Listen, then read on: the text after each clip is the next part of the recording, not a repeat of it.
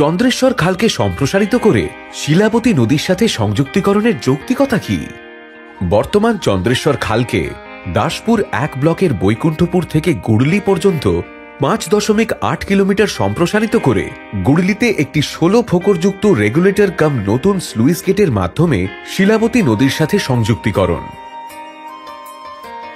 এই শোনো শোনো শোনো, আমাদের এলাকায় কি খুব বড় ধরনের কাজ শুরু হচ্ছে? সে কি, তুমি জানো না? চন্দ্রেশ্বর খাল সম্প্রসারণ তো শুরু হয়ে গেছে। ও, তাই এই সম্প্রসারণের ফলে আমাদের মতো এলাকার সাধারণ মানুষের অসুবিধা হবে না? এই সম্প্রসারণের 5.8 কিলোমিটার অংশ প্রধানত কৃষি জমি। উক্ত পথে বাড়ি, দোকান বা অন্যান্য পরিকাঠামো সবচেয়ে কম। কাজেই এই সম্প্রসারণের ফলে সাধারণ মানুষ এবং ছোট ব্যবসার সাথে যুক্ত মানুষরা সবচেয়ে কম ক্ষতিগ্রস্ত হবে। ক্ষতিগ্রস্ত ব্যক্তিদের সরকারিভাবে ন্যায্য ক্ষতিপূরণ দেওয়া হবে। এই সম্প্রসারণের ফলে পাশের জমিতে জল উঠে যাবে না? সম্প্রসারিত 5.8 কিলোমিটার অংশের আশেপাশে দাসপুর 1 ব্লকে খাল ছাপিয়ে নদীর জল পাশের এলাকা প্লাবিত করার কোনো সম্ভাবনা নেই, কারণ শিলাবতীর সাথে সংযোগস্থলে প্রস্তাবিত 16টি রেগুলেটর কাম স্লুইস গেটের মাধ্যমে প্রয়োজন মতো জল প্রবাহ চন্দ্রেশ্বর খালে প্রবেশ নিয়ন্ত্রণ করা হবে। খালের বহন ক্ষমতা থেকে বেশি জল কখনোই চন্দ্রেশ্বর খালে প্রবেশ করতে দেওয়া হবে না। ফলে পার্শ্ববর্তী কৃষি জমিগুলো জলে ডুবে যাওয়ার কোনো সম্ভাবনা নেই। এই সম্প্রসারণের ফলে এলাকার বৃষ্টির জমা জল বেরোবে কিভাবে? দাসপুর 1 ব্লকে এই 5.8 কিলোমিটার সম্প্রসারিত খালের আশেপাশে এলাকায় বৃষ্টি হলে ওই জল খুব সহজেই নিচু জায়গাগুলি থেকে এসে খালে পড়বে, যার জন্য খালের বাম পাড়ে নির্মিত হবে 8টি নতুন স্লুইস ও ডান পাড়ে নির্মিত হবে 11টি নতুন স্লুইস আর ওদের সংযুক্ত নালা। এই সম্প্রসারণের ফলে নিচু অংশের এলাকার জল বেরোবে কিভাবে?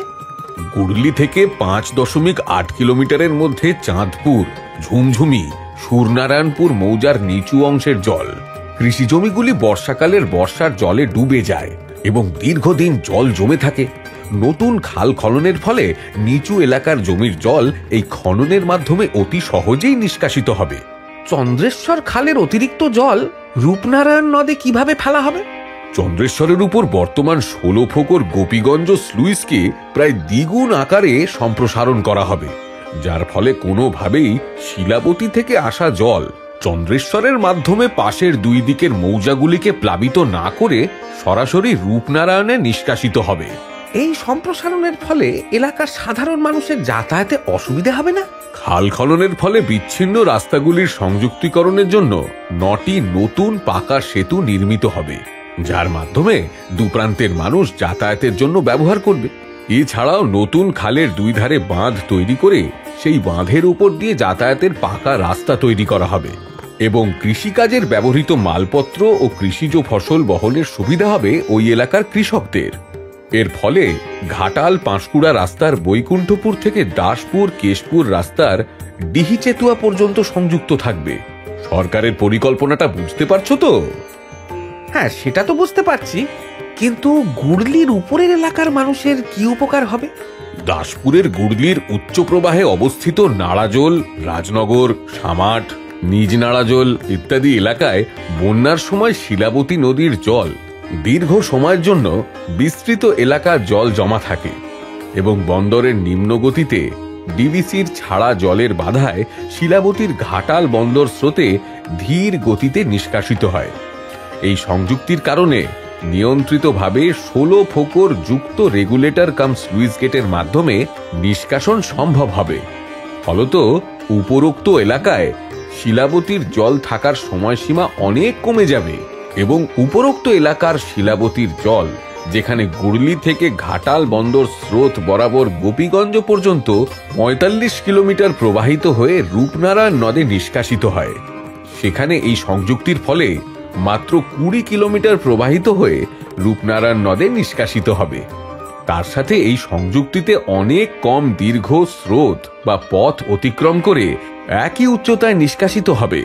ফলত নির্গমনের প্রবণতা যথেষ্ট বৃদ্ধি পাবে। সুতরাং অনেক কম সময় ও কম দূরত্ব অতিক্রম করে অধিক গতিতে উপরোক্ত এলাকার শিলাবতী সংলগ্ন জল জমে থাকার প্রবণতা অনেক লাঘব হবে। এই সম্প্রসারিত অংশের জল প্রবাহের সময় উভয় দিকের পার্শ্ববর্তী এলাকার বর্ষার জমা জল উচ্চতার পার্থক্যের কারণে যখন খালে ফেলা যাবে না তখন কি ব্যবস্থা থাকবে? শিলাবতী থেকে চন্দ্রেশ্বর খালের এই সম্প্রসারিত অংশের জল প্রবাহের সময় উভয় দিকের পার্শ্ববর্তী এলাকার বর্ষার সময় জমা জল উচ্চতার পার্থক্যের কারণে যখন খালে নিষ্কাশিত করা যাবে না তখন ওই জল খালে নিষ্কাশনের জন্য পাম্পের ব্যবস্থা থাকবে। বাহ, সরকার তো ভালোই পরিকল্পনা নিয়েছে। তবে পুরানো কাঁসাইয়ে প্রবাহিত জল যাতে শিলাবতীতে না আসে তার জন্য কি ব্যবস্থা আছে? যদুপুরে পুরনো কাঁসাই ও কাঁকির সংযোগস্থলে নতুন রেগুলেটর নির্মাণ করা হবে। ফলত পুরনো কাঁসাই নদীর জল শিলাবতীতে প্রবেশ সম্পূর্ণভাবে নিয়ন্ত্রিত হবে। এই সম্প্রসারণ না হলে কি ক্ষতি হবে? এই সম্প্রসারণ না হলে দাসপুরের নাড়াজল, রাজনগর, সামাট, নিজ নাড়াজল ইত্যাদি এলাকায় বন্যার সময় শিলাবতী নদীর জল দীর্ঘ সময়ের জন্য বিস্তৃত এলাকায় জমে থাকবে। এলাকার মানুষের যে জল যন্ত্রণা বন্যার সময় হয়, যেখান থেকে কোনো প্রকারে রক্ষা পাবে না, এই সম্প্রসারণ হলে অনেক কম সময় ও কম দূরত্ব অতিক্রম করে অধিক গতিতে উপরোক্ত এলাকার শিলাবতী সংলগ্ন জল জমা থাকার প্রবণতা অনেক লাঘব হবে। এই সম্প্রসারণ না হলে যোগাযোগ ব্যবস্থা বন্যার সময় বিচ্ছিন্ন থাকবে। এই সম্প্রসারণ হলে বিচ্ছিন্ন রাস্তাগুলির সংযুক্তিকরণের জন্য 9টি নতুন পাকা সেতু নির্মিত হবে, যার মাধ্যমে দুপ্রান্তের মানুষ যাতায়াতের জন্য ব্যবহার করবে। তাহলে বুঝছো তো বন্ধু, এই সম্প্রসারণটা কতটা জরুরি? সত্যি তো, এই সম্প্রসারণ তো খুবই জরুরি এবং এতে শুধু আমাদের ভালো না, সবার ভালো। ঘাটাল মাস্টার প্ল্যান, সবার জন্য, বাংলার জন্য। ঘাটাল মাস্টার প্ল্যানের জেলা স্তরের বাস্তবায়ন ও পর্যবেক্ষণ কমিটির দাসপুর 1 উপসমিতি দ্বারা প্রচারিত।